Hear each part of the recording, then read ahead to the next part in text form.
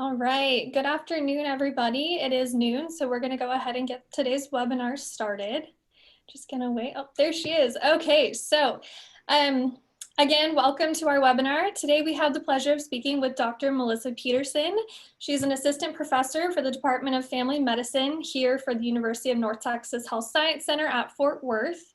A few housekeeping things before we get going. My name's Katie Heesh. I'll be the one doing the interview today. So I'm here to help. And then if y'all have any questions, comments, anything else you'd like to ask us or let us know, there is a chat function here on Zoom. I'm sure you know by now. We've been doing Zoom for months. Feel free to drop that question, comment down in the chat box, and then we'll address it at the end during our question and answer section. Also, so everybody knows, today's session is being recorded. So if you are trying to take notes quickly, if you have to leave for a lunch or something, it's recorded, it'll be posted. It'll also be sent out to all who have registered for today. So don't feel rushed to write anything down. Without any further ado, we're going to go ahead and get started. So again, Dr. Petersen, thanks so much for being here today. We're happy to have you. Thank you for inviting me. Of course.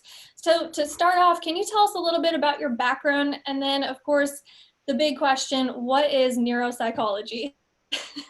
Great question. So I received my doctorate training at the University of North Texas with my degree in clinical health psychology. I completed my internship at Brown University focused in neuropsychology, and then I went on to complete a two-year fellowship at MD Anderson Cancer Center, focused on working with cancer populations, specifically utilizing neuropsychology to look at understanding cognitive complaints in those undergoing cancer treatment, and helping with sort of differential diagnosis of, are the cognitive concerns related to their cancer and cancer treatment, or is it something like a dementia process? So that's sort of my background and training. The big question of what is neuropsychology, this is a very specialized branch of clinical psychology that really focuses on how the brain and really the rest of the nervous system can impact a person's cognition and behaviors. By definition, it's looking at the brain behavior relationship. And what this sort of branch does is it's really sort of a diagnostic service for the most part. And we look at how, let's say, injuries or illnesses of the brain can actually impact cognitive functioning and behaviors as well. It's integrated throughout the medical system. It's commonly found in neurology clinics where individuals are experiencing maybe a dementia process and their cognitive abilities are changing. And so it's sort of a diagnostic service of sorts to help figure out what are those cognitive changes that they're experiencing. What sort of process might be underlying those changes, and what can we do to help? Is there medication that can be used that would be particularly helpful for the patient? Are there sort of cognitive strategies and kind of help the patient, the family, and the providers really understand what's going on and what can be done? Awesome. Thank you for clarifying that. I know myself as a layperson, we don't always understand what your job is as a neuropsychologist. So then to dive a little bit deeper into that, what is your role in cancer care? That is a really excellent question. So oncology is a really big area, and there's a number of different types of cancers. Each person is unique. Their diagnosis, their treatment is all very specific. But there's really some common side effects that people experience just in general while undergoing sort of cancer treatment. That can be anything from nausea to fatigue. But a lot of times people also experience changes in their cognition. They didn't actually start looking at these cognitive complaints from a research side until about the late 1990s, early 2000s, when they really started paying attention to the fact that people undergoing cancer treatment were reporting cognitive changes. And when they looked at that, for the most part, people on objective testing performed very similar to their peer groups. And it really wasn't until about kind of the mid 2000s, so about 2004, 2005, They started doing research, particularly in breast cancer patients, looking at pre and post chemotherapy cognitive testing. And what they found was that about 61% of breast cancer patients had a change from their pre-chemotherapy performance to their post-chemotherapy performance. And the literature and the studies and our understanding of what these cognitive changes look like has really grown and expanded. They estimate that there's about 13 million cancer survivors. And of those, about 35% of them continue to experience cancer-related changes to their cognitive functioning following treatment. So that kind of roughly estimates to about 4.5 million individuals who experience this. The changes are reported to occur prior to ever undergoing any sort of cancer treatment in about 30% of people. That increases, so those undergoing some form of cancer treatment, that rises to about 75% of individuals reporting experiencing some cognitive changes, and then post, again, that 35%. The greatest impact is really shown post the start of treatment until about 6 months post-treatment. And the effects, they've done studies looking at it lasting several decades. So one study showed 21 years that they were still seeing these effects of cognitive changes following their cancer treatment. So as a neuropsychologist coming into the field of oncology, what we really want to help do is kind of take a snapshot of how is an individual functioning, both from a cognitive stance, but also from an overall activities of daily living. What problems are they experiencing in their day-to-day life? What are those inefficiencies that they're finding they have? And then how can we help them create strategies and tools to overcome some of those difficulties? That's great. Yeah. Sounds like there's a lot that still needs to be studied and that you're just now understanding. But from what I'm hearing, you're saying that it's not only chemo that contributes to those cognitive issues. So, what other issues are cancer patients having that are causing those cognitive changes or issues? Yeah, so they looked at the very beginning, they looked at chemotherapy. So cognitive changes related to the field of oncology and within cancer patients, they've generally kind of coined this term of chemo brain or chemo fog. And physicians and their oncologists may say, this might be a side effect, this may be something you experience. But in the scheme of what they're really trying to do of, help you reach survivorship, this tends to kind of fall back a little bit on things that are really discussed in greater detail with their oncologist, because they're really looking at these more significant side effects to treatment. What are the next steps? Oftentimes people just don't undergo, one cycle of chemotherapy. It may be 6, 12, more than that cycles. They may have a combination of treatment. So they may do chemotherapy, hormone therapy. They may even do radiation therapy. And so when they started looking at what are these cognitive difficulties that cancer patients experience, they started with chemotherapy because that's where it was generally talked about. And so the phrase is, the chemo brain. What they found was that chemotherapy was linked with very certain areas of poor performance from a cognitive stance. Those areas were memory, executive functioning, which you can think of that as problem solving, your ability to multitask. So that looks like if you're trying to have a conversation and keep up with the football game that's going on, that's your ability to do 2 things at once, as well as your attention. So these were very specific areas that they were finding were susceptible to changes during chemotherapy treatment. But the question was, well, it's not just chemotherapy. A lot of people undergo different forms of treatment. And so what they found was when looking at radiation therapy, hormone therapy, that these same sort of cognitive processes were impacted, the same as they were with just chemotherapy. So they've actually changed from calling it just chemo brain, and it's referred now as cancer-related cognitive impairment, because it's not just chemotherapy that impacts your cognitive performance. And again, it's in very specific areas of functioning. They've also found that a combination of treatment impacts your cognition more than just one form alone. So they did a specific study with breast cancer patients looking at a combination of chemotherapy and hormone therapy versus just those that engaged in chemotherapy alone, and found that those in that combined treatment actually performed worse on cognitive testing compared to those that just received chemotherapy alone. Wow. So I heard you mention, the multitasking that can be lacking, or, they're just forgetting those daily tasks because of the quote unquote chemo brain, but you're telling us it's not just the chemo.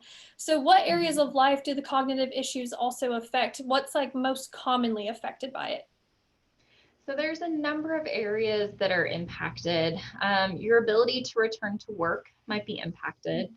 Your ability to gauge in social functions, various activities of daily living. So things like medication management, financial management, your ability to drive. You might find you're getting lost. You have a hard time orienting yourself, knowing where you're going within the city, even though it's a familiar location. You've maybe driven to it hundreds of times. You're finding it's a little bit more challenging for you to kind of visually picture these streets and figure out how do you navigate. And really quality of life as well. So there is a link between cognition as well as affect, so your mood. And so they've also done a number of studies looking at things like depression, anxiety, and how that can impact your mood. And those are also often symptoms that come up during cancer treatment, just because of how difficult the diagnosis and the treatment can be. People often experience changes in their mood and how they're feeling, and that in turn can also impact cognitive functioning as well. So these changes that you're talking about, the memory loss, or there's a laundry list of things that come with it. Is it just during treatment, or could this be even after they've gone into that recovery phase that they still have these effects? This can be long-standing. And what's interesting about the cancer-related cognitive impairment is that these may be subtle changes, but when you're trying to go back to things like returning to work and perform your job at the same level that you were performing before, you may find these just slight, insignificant, or slight reductions to be huge. It may be that your ability to process information was above your peer groups. You were fast, you could multitask very efficiently, very quickly, and now you're returning to your job and you're just not as efficient. So you're finding that tasks are falling to the side, you're not getting things done on time. Your bosses are kind of looking at you like you used to be able to do all of these things, and now you're less efficient. And so it's not only kind of your return to your regular life and all the responsibilities, but it's also kind of overcoming some of these cognitive difficulties as well, which is why having an understanding of what these difficulties might be can be of particular value and use. What I often saw in the oncology clinic was individuals coming in stating, my memory is just not as good as it was before. But when I actually spent the time to interview the patient, talk with family, actually formally put them to work. So I gave them different activities to work their memory and thinking. It wasn't actually memory that was poor for them, it was attention. So if you can think about it, if you're not paying attention, information isn't getting in for then later for you to be able to recall this because it never got in the first place. And so memory was still very much intact, but you were having difficulty with attention. So when you're going back to work, understanding that, okay, attention might be more difficult for me, having tools to say, what can I do to help with these attentional difficulties? How can I structure my day-to-day to kind of overcome this and to keep myself at that high level of performance that I once was? And it may be employing strategies that you didn't have to use before because this was intact, this was maybe a strong area for you cognitively, and now it's a little more difficult. And so understanding, it's not memory that's bad, it's attention. that's a little bit lower, and really understanding and being able to communicate that with your family, with your coworkers, with your supervisors to say, okay, if you give me a laundry list of items, I need you to break down and help me organize, what it is you want me to do and what the timelines are, because that helps me then perform these tasks. So as a neuropsychologist, my job is to also help you not only understand what's going on, but also help you be able to communicate with family, with those around you, and to be able to help kind of create these strategies that'll make you really hone those abilities that you're still able to do and increase the strengths in areas where it may be a little lower in performance relative to where you once were. And that makes sense. You have to have the people around you being on the same page as you. So I know you had mentioned having that interview with the person who's going through the cancer treatment, but if it's not brought to your attention as a neuropsychologist, is there an assessment that takes place for every cancer patient, or is it only the folks that bring it to your attention to say, hey, I've been forgetting stuff a lot recently, what can I do? And if there is an assessment, what does it look like? So it's generally through referrals. So patients are likely to tell their provider, I'm experiencing some difficulties, and that may then lead them to get referred on to somebody like myself, a neuropsychologist, to then help them understand what those difficulties look like. Neuropsychology is a very unique area of medicine where we're actually provided a significant amount of time with patients. They estimate that so a primary care provider has about 18 minutes with a patient for their interaction.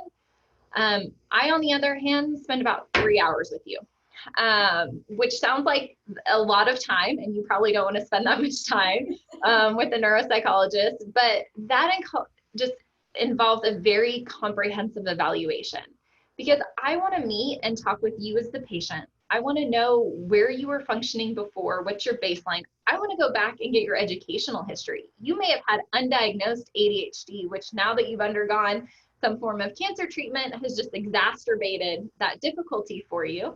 I want to get a feel for kind of where you started and what you feel like are the changes and how you feel it's impacting your day to day. I also want to interview your family, because a lot of times with cognitive changes, it's called anagnosia. You don't realize you might have memory problems, and that's a part of that process. So a lot of times family is incredibly helpful to say, she used to remember, but now she's asking me more questions. She's forgetting right after I'm telling her this information. I'm finding items in random places like the fridge.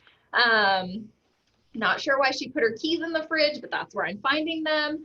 And so a lot of times family can be a real wealth of information to really also provide this more broader picture of how you're functioning day to day, how you're being perceived, because you as the patient undergoing the cancer treatment or having undergone it in the past may feel like I'm a little bit slower, but family may say, she's just as quick as before, if not better, she's compensating really well. And then what I also want to do is get an objective measure of how you're functioning. So we would go through a series of tests, and I'm not just going to look at attention one way. I'm going to look at it in multiple ways. I'm going to look at your ability to have divided attention, your ability to sustain your attention. Same thing for memory. I'm going to ask it a variety of ways to really get this whole picture of how you're functioning. And that really gives a picture of what areas are a little bit weaker for you and what areas are a little bit stronger. And the nice thing about it is, for the most part, this testing is normed and done to compare you to others if you're saying age and education. So this non-cancer comparison group, so this kind of the healthy population is what you're being compared to. Mm-hmm. And so compared to this group who has never had a cancer diagnosis, who's never undergone cancer treatment, how do they perform? And how do you perform compared to them? That's one of the important things to look at. Another is comparing you to you, because although you may be average compared to your peers on testing, you may have started in the superior range and far, far above your peers. So when you perform in the average range, that may be a huge decline for you. So it may be you're fine, you're performing very similar to your peers, but for you, that's a huge inefficiency. So I need to be able to say, not only compared to kind of this general population, where are you, but also compared to you, how far might this be a decline and might be impacting you? This can be particularly helpful in creating sort of strategies and utilizing these other areas that might be stronger to figure out what can we do to really set you up to succeed again as you rejoin the workforce, as you take on the responsibilities at home that maybe you passed off to a spouse, to help with things like financial management, day-to-day activities as well. For the most part, individuals are diagnosed with cancer across really a variety of ages. It's not just older age. And so a lot of times this is the population who is still working, has not reached retirement age, has family demands, has things that they probably stepped back from to focus on their health and reaching survivorship. But now they're still experiencing these cognitive changes. And again, it's a lot more prevalent than I think that we talk about to some degree, so that 4.5 million individuals living with some kind of cognitive changes related to their cancer treatment is not an insignificant number. But helping patients to understand, how can you still utilize your strengths and return just as strong as ever back to your work, to your family life, to your social functioning, can have a really profound impact on your overall well-being and quality of life as well. Absolutely. And I think there might be that same stigma, that mental illness has, we don't want to talk about what's going on behind the scenes. And while you're already going through cancer, you don't want to maybe fess up or tell the people around you that, I'm losing my memory, I'm forgetting stuff. So there might be that same kind of stigma going on too. But 4.5 million, that's a huge number. And I mean, we need to be talking about this more. So I'm glad we are today. That assessment piece, I did have a quick question. Is it a one-time assessment at the beginning of the treatment, or do you have multiple ongoing assessments to see how that person is progressing? So it very much depends on the patient. For the most part, it would probably be a one-time assessment, and then the patient would be given the option to follow up in about a year. If they feel like there's been a change and they want to get reevaluated, get updated recommendations, we can see to that. And that's also nice because we can very clearly compare you to you. How did you perform the first time versus how did you compare the second time? So there are individuals, kind of older adults, who also experience cancer and undergo cancer treatment. And there also becomes this question of, are these cognitive changes related to my cancer, or is this kind of uncovering an underlying dementia process? And so that's another really nice, helpful thing that we can do as neuropsychologists, is really kind of delineate your performance to say, is this what we would expect based on our knowledge of your cancer history and treatment and what we would expect to see impacted by that sort of cancer history, or is this more in line with the dementia process? My recommendations would be very different for a dementia patient versus someone just experiencing the cancer-related cognitive impairment. I would likely put you in touch and refer you, if you are not already connected with a neurologist, to make sure you're established and cared for within that network of physicians, to make sure, because there's medication that you can be prescribed for dementia if you have something like Alzheimer's. Mm-hmm. And they also follow you a little bit differently as well. So there is also that tool to help us understand, are the cognitive changes truly associated with their cancer and cancer treatment, or is this a different underlying process? The assessment and what we would ask you to do would be very similar, but the recommendations and the follow-up would be different. Again, if you were diagnosed with something like a dementia, like Alzheimer's disease, I would want you to be followed a little more regularly, particularly in a neurology clinic. Here at UNT HSC, we have a really great Jerry Psych group and neuropsychologists that specialize in working with individuals with dementia and following them very closely, providing very specific recommendations to family, as well as the patient, of what they can do with regards to their dementia kind of progression and what can be done there. So we have great connections here as well that I would want to put you in touch with. But for the most part, to answer that question, it would be a one-time evaluation with the opportunity for patients to reconnect if they feel like they would like to be reevaluated. That would always be an option. Absolutely. That's great to know. And thank you for providing that contact here on campus. That's great to have a local, somebody we can reach out to. So one last question that I have before we get to the question answer portion. People have written a couple questions in, we have them, and I'll make an all call at this time. If anybody watching has questions or comments, feel free to drop them and we'll get to them shortly. So after this assessment, what are some tools that you can give to the, let's just say it's the folks that are going through that cancer cognitive issues, no dementia, no Alzheimer's, just specifically their cognitive issues related to cancer. What tools will you give them, and what tools have been most successful for patients that you've seen? Yeah, so a lot of these will be kind of implementing different cognitive strategies.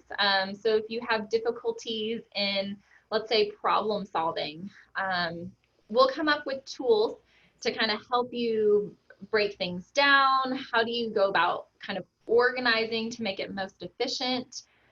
Same thing for memory, some sort of different tips and tricks for being able to remember information, remember names.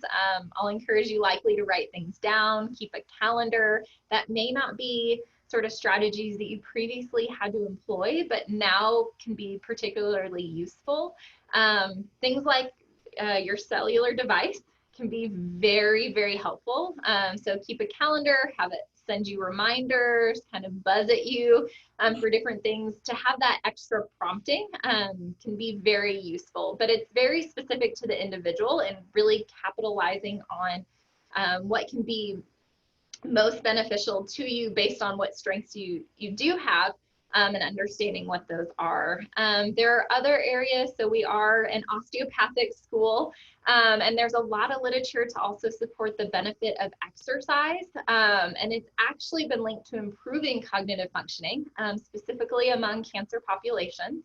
So I'd also like to explore kind of your openness to maybe doing some of those different models of treatment as well.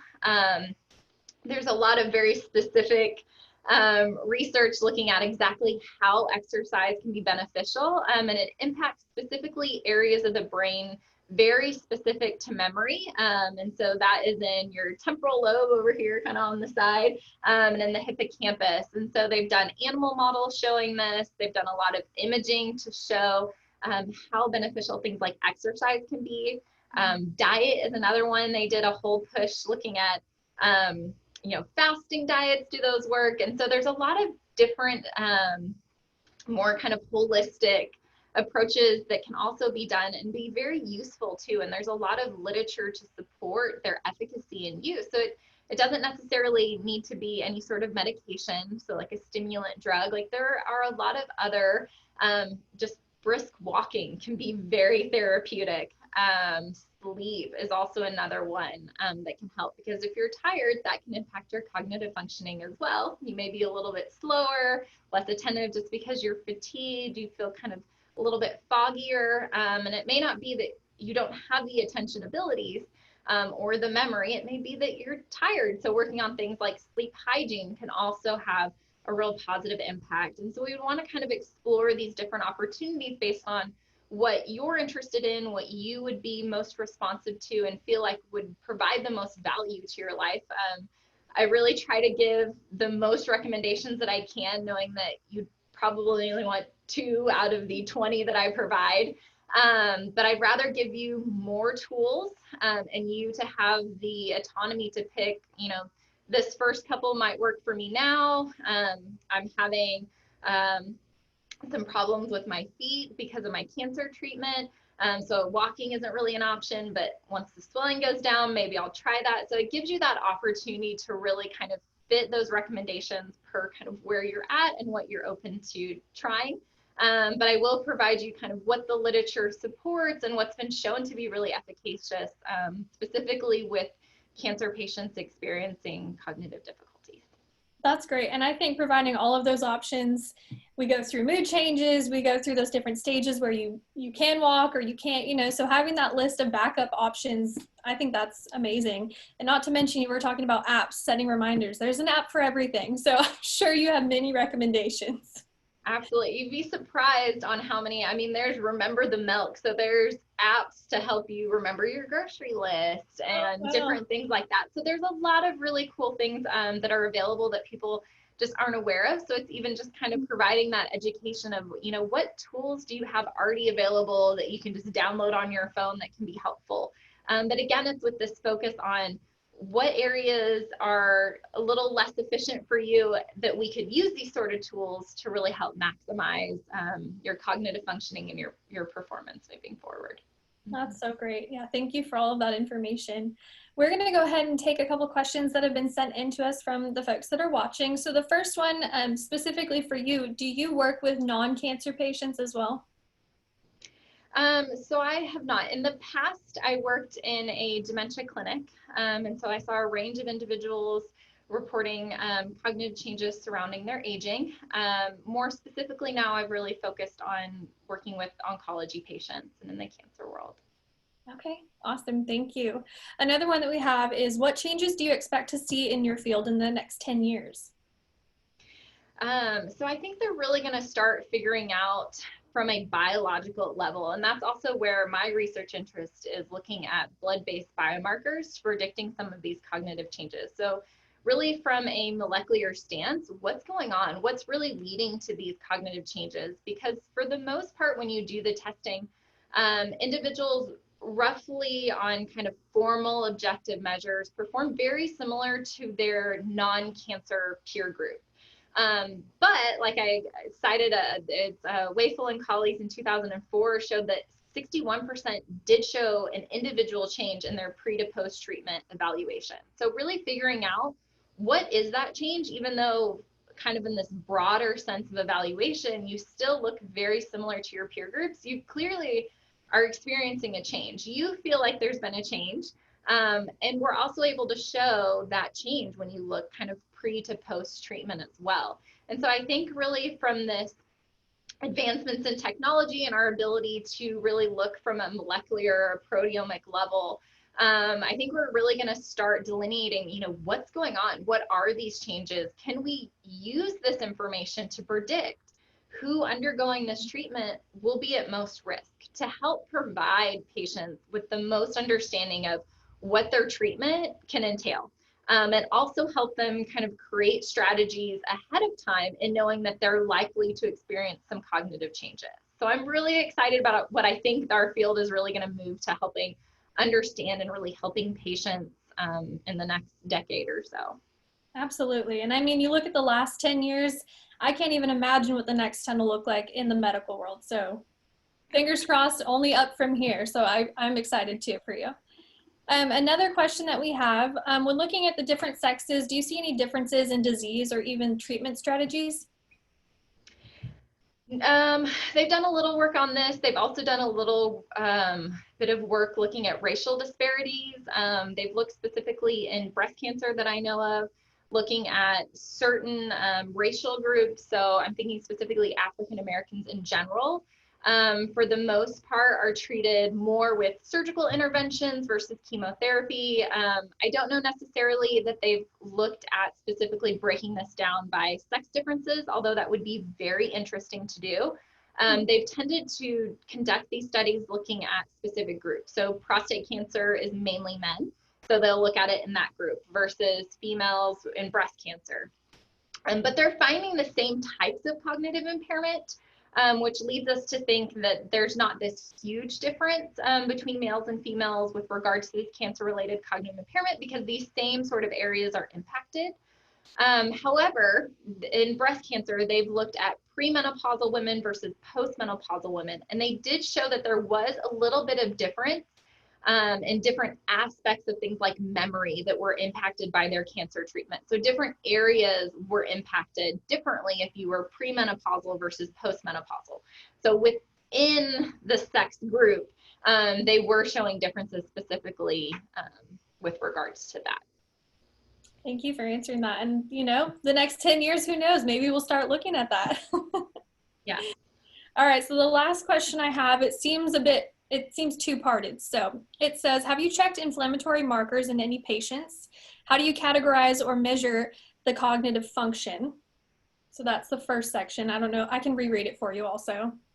Okay, so there are a number of studies looking at inflammation with regards to cancer-related cognitive impairments. A lot of interleukins, TNF alpha, all of these. So they've looked at both pro and anti-inflammatory proteins with regards to cognitive impairment.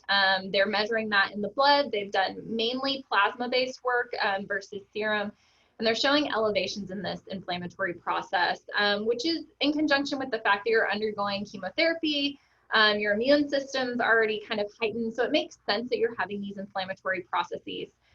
This is the same sort of elevations that we're finding in things like neurodegenerative diseases. So things like Alzheimer's, you're also finding this high level of inflammatory proteins, and that's both pro and anti-inflammatory. I cited some literature with regards to exercise interventions and cognitive impairment. And what they're finding is that the exercise intervention actually has been linked to higher levels of anti-inflammatory proteins, which is good. You want anti-inflammatory proteins. And so that's also kind of where that beneficial effect of exercise is also showing from a proteomic and from an inflammatory biomarker perspective. Okay. And then the cognitive functioning. So we do a neuropsychological battery. So we do a kind of compilation of tests that have been previously normed and established for looking at cognitive impairment. The battery is greater than kind of a brief global cognitive assessment, like a mini mental status exam, which would probably be done in a primary care office. This battery is very specific, and you do very specific tests for attention, for language, for ability to generate words, visual spatial ability, for memory. We test that in multiple different ways. Everybody has a little bit different preference for what test they use, but we all generally have a very similar kind of global battery of things that we look at, really trying to get this holistic picture of your brain and all the different types of cognitive domains within it. Perfect. Well, looking at the chat here, it doesn't seem like we have any other questions. So again, an all call for everybody if you have any last minute things you want to type in there. And I did get one. So it says, is the scope of treatment defined as chemo or radiation? Or is this also seen as, when surgery is successful in removing the cancer without these follow-ups? So they've shown that chemotherapy alone, radiation therapy alone, combination of treatment, all produce the same sort of impact in cognition. However, not everybody experiences cognitive changes as they're going throughout. There's a number of cancer types where this is very kind of low in how much it's reported. There are a number of types of or there's a handful of types of cancers that are common to metastasize. So that means they not only localize in a certain area, so like lung cancer may be based in primary in your lungs, but it's been shown to metastasize to the brain, so it also impacts it that way. So you may receive whole brain radiation, you may receive a stronger form of chemotherapy to also treat that. So it really is kind of individual dependent. It's not every single person that undergoes chemotherapy experiences this, but there is a large proportion that during this form of treatment, they do report experiencing a change from their kind of baseline level of performance. And a lot of this is also related to kind of the fatigue and a lot of the other side effects as well that undergo this often very rigorous form of treatment. Okay. Awesome. Thank you. We're going to do one last question. And then are you okay with folks reaching out to you if they have follow-up questions that we can't cover in our time here? Of course. Happy to help. Okay, perfect. So the last one we have, it says, do you think that there are disparities in reporting of cognitive symptoms based on the type of cancer? I do. For the most part, they've looked at this difficulty in breast cancer. They've also looked at it a little more prevalently in the neuro-oncology world, so those who have brain tumors. A lot of it is individuals feeling comfortable reporting this difficulty. Mm-hmm. I within a cancer center saw a disproportion in how many females I was referred versus males that I was referred, despite the fact that we know that it's experienced in a variety of types of cancer. I think it may be not only kind of the form of treatment that they're undergoing, but this perception that once everything's done, I'm going to get better, things will return to normal, I'll move on with my life. But a lot of times, for females in particular, there's a lot of added demands at home. They're returning to caregiving roles. They're returning to a lot of that sort of household responsibility that they may have handed off. So at certain points, they may be a lot more overwhelmed and willing to share that with their providers as well, saying, you know, I have more demand, I'm still experiencing this difficulty, it's more and more frustrating to me. So that may also be why it's a little bit more prevalent with females. But again, both sexes do experience it, and across a variety of cancer types as well. Great, thank you so much for talking on that. Well, our time is coming to a close. Dr. Petersen, it's been a joy to have you. You've been an overwhelming wealth of knowledge. So thank you so much for sharing all of that with us here today. Like I said at the top, this was recorded, so it'll be posted to our Speakers Bureau page. It'll be sent out to everybody who did register. And then just as we said, if you do have follow-up questions, Dr. Petersen is more than welcoming those. So thank you so much for doing that as well. Do you have anything you want to say in closing? No, just thank you for the opportunity to present today. If anybody has any questions, I'm happy to answer those as I'm able to. Okay, great. Thank you so much for your time. Everybody's saying thank you in the chat. So enjoy the rest of your Wednesday. Thank you. All right. Thank you all. Bye-bye.